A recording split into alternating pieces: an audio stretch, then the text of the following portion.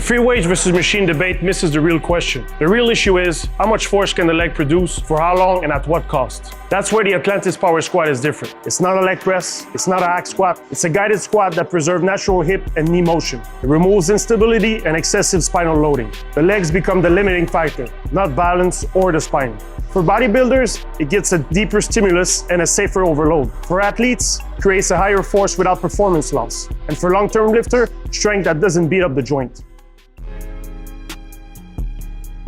Squatting is a joint strategy. So squats are about hip flexion, knee flexion, and also having the center of mass over midfoot. The barbell is just one way to load that pattern. Barbell squat limited by spinal loading tolerance, trunk stability, balance, and also, and a very important point, the nervous system fatigue.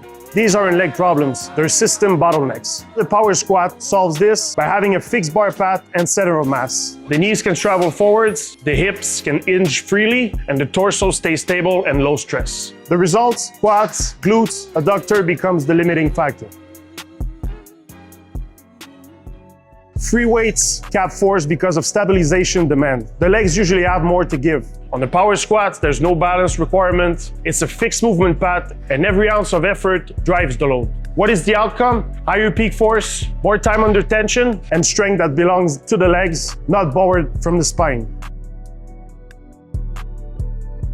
Muscle recover fast, joint and nervous system don't. Barbell impose heavy spinal compression, shear forces, stabilization fatigue. Power squat reduces all three. It lowers systemic fatigue, it reduces joint stress, and creates a faster recovery, which allow for more weekly volume, higher training frequency, and a long-term progression.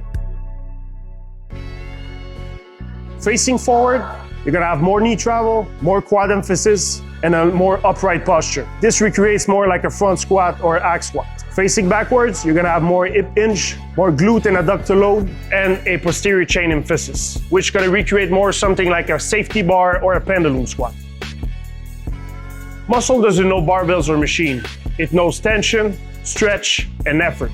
The power squat advantage is to train closer to failure, accumulate more volume, and you are not limited by balance or back fatigue. Barbells still matter though, for coordination, skills, and force transfer. The smart systems use both.